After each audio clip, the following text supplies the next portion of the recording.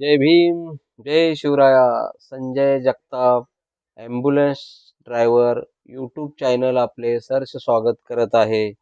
आजचा विषय लावासा सिटी ते गडचिरोली नक्षलवादी इलाका.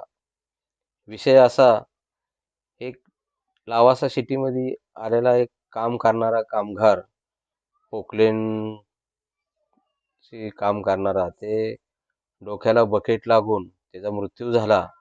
आणि तो पेशंट फोर्ड पोलीस स्टेशनच्या हद्दीतून त्यांच्या ताब्यातून त्यांनी सांगितलं की बाबा तुम्हाला हा गडचिरोलीला पेशंट न्यायचा आहे. मला वेगळं काहीतरी वाटलं की त्याच्या एक 10 दिवसापूर्वी आपले CRPचे 70 जवान का काहीतरी तिथं शहीद झाले होते. देवडाच्या 50 किलोमीटर अंतरावर दंतवाड्यात ही घटना घडली होती. मग आम्हाला वेगळं वाटलं. ॲम्ब्युलन्सवाले बरेच होते, पण जायचं कोणाचं धाडीस होत नव्हतं. तर हा संजय जगताप ॲम्ब्युलन्स चालक तयार झाला जाण्यासाठी आणि गेलो आम्ही. गेल्याच्या नंतर आमच्या संग 2 माणसं होती, 2 मुलं होती. ते जे डेथ झाले त्याच्या वयाचीच मुलं होती.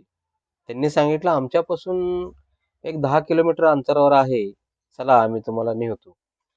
मग हे पोलीस प्रोसिजर सगळं आणि त्यांचं फोनवरनं वगैरे काही चर्चा वगैरे झाली होती. आम्ही हे घेऊन गेलो. इथून काहीतरी नागपूर, औरंगाबाद, नागपूर, भंडारा आणि चंद्रपूर, आणि चंद्रपूर मग गडचिरोली जिल्हा लागला. गडचिरोली जिल्हा लागला का जंगल इलाका होता तो. जाताना रात्र झाली होती आम्हाला. काहीतरी जंगल लागल्यावर 12, 12:30 आणि त्याच्यानंतर 1-2 तास जंगलात गाडी चालवत होतो. तर जाताना आम्हाला आजूबाजूला जाळ वगैरे झालेला, अशा शेकोट्या केलेल्या रात्रीच्या दिसत होत्या. आम्ही त्या मुलांना विचारलं, अरे ह्या जंगलात हे जाळ वगैरे कसं काय शेकोट्या? तर ते म्हणला हे नक्षलवादी लोक आहेत म्हणला ते, आणि आपली गाडी बघून किंवा ही लपले असतील, हे केले असतील. हा, आणि म्हणले आपण दोघं तिघं आहे, 4 जण. आणि कसं रे? नाही नाही म्हणले ते असे कोणालाही नाही ती काय करत. ते आपल्याला बघून लपलेले आहेत किंवा काय असं. मग आम्ही गेलो. तर ते जिथं डेड बॉडी सोडायची होती त्याच्या 10 किलोमीटर अलीकडे ह्यांचं गाव होतं, जे आमच्या गाडीत सोडायला आलेली मदत करणारी. आणि मग त्यांनी आम्हाला एक तासभर तिथं थांबवलं. म्हणले आम्ही तिथं डेड झालेला जो मुलाचं गाव आहे, त्याची परिस्थिती काय आहे ते आम्ही तिथली गावातली बघून येतो, मग आम्ही घेऊन जाऊ. आम्हाला बी भीती वाटायला लागली की हे जे संघ येणारे लोक आहेत, हेच जर म्हणायला लागले की आता तिथली काही परिस्थिती आहे. आणि आम्ही झोपलो. आता काय पर्याय नाही, हे कामच असलं हातात धरलं होतं, डेड बॉडी सोडायचं आणि दुःखाचं काम. मग तिथून एक 10 गाड्या मोटरसायकल ह्या पुढे गेले. एका एका गाडीवर 3-3. जंगलातनं ती 10 गाड्यामध्ये 25-30 पोरं गेली आणि त्या गावात बघून आली सगळी परिस्थिती. मग येताना 1-2 पोरं आली तिथली, बाकीची तिथंच थांबली. आणि आल्याच्या नंतर चला म्हणले आता झालं. आम्ही झोपलो होतो, कंटाळलेलो एवढा लांब प्रवास करून. चला म्हणल्यावर आमच्या गाडीत एकच बसला. पुण्यातनं 2 होते, पण त्या गावात 10 किलोमीटर अलीकडे गाडीत एकच बसला. चला म्हणलं आता ते बाकीचे गाडीचे, जो पुढं गाडीवर होता, बाकीचे 10-12 गाड्या आणि 20-25 पोरं तिथं आहेत. म्हटलं आम्हाला काही भीती नाही आता, चला. मग आम्ही गेलो तिथं. तिथं गेल्याच्या नंतर जंगल सगळं, आणि सगळी जंगलातली ती त्या नातेवाईक वगैरे त्या गाडीच्या आडवा आले लाईटीला वगैरे सगळे पोहोचल्याच्या नंतर. आणि मोठा असा आक्रोश झाला. आमच्या अंगावर काटा फुटला. गाडी मी स्वतः चालवत होतो, डबल ड्रायव्हर नेलेला होता. आणि ड्रायव्हरच्या पाठीमागं हे असतंय, कॅबिन झोपायला. माझा नेलेला ड्रायव्हर पाठीमागं झोपला, आणि जो संघ होता तो पायात आडवा पडला. आणि ती लोक वाकून बघत होती, गाडीत काय आहे, गाडीत काय आहे. तर गाडीत एकटाच मी ड्रायव्हर, माझा मित्र जोडीदार पाठीमागं झोपला माझ्या कॅबिन मध्ये. आणि तो संघ आलेला आडवा पडला आणि मला असं करत होता, गप बसा गप बसा. आता ते बाकीचं तर एवढ्या लोकात दिसतच नव्हता. तो संघ आलेली कोणच लोक नाही, बाकी अशी एवढे लोकांची गर्दी. आता ते काय पर्याय नाही. आम्ही गाडी सोडणार नाही, आम्ही ड्रायव्हरला सोडणार नाही. मी गाडीत होतो.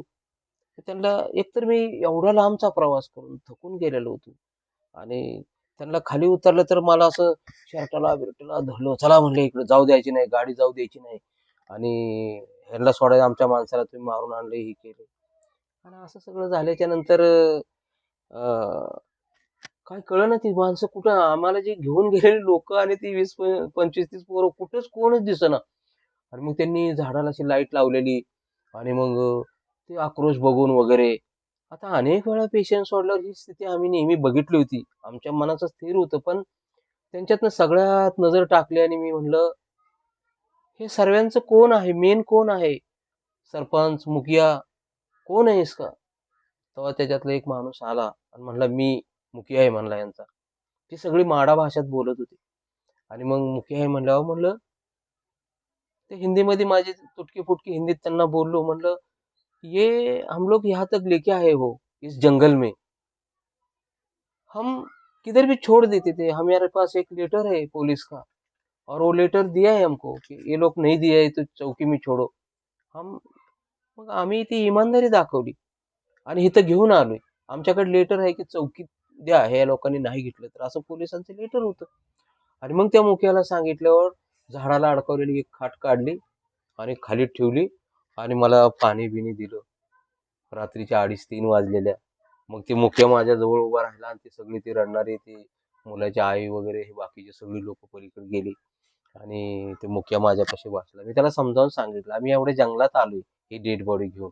आम्ही पोलीस स्टेशनला जाऊन जमा करून माघारी गेलो असतो. पण आम्हाला वाटलं की बाबा असं झालंय म्हणल्यानंतर त्याच्या आई वडिलांकडे नातेवाईकापर्यंत पोचावं, तुम्हाला अंत्यविधीला बरं पडेल. अशा हिशोबाचं ते काम केलं. आणि ही फार मोठी अशी घटना माझ्या वेगळी वाटली. आणि तो आता मी तुम्हाला सांगताना मला तो क्षण आठवत होता. आणि आमच्याकडे पोलिसाचं लेटर होतं आणि त्यांना सांगितलं की बाबा हे लेटर आहे आमच्याकडे पोलिसाचं. आणि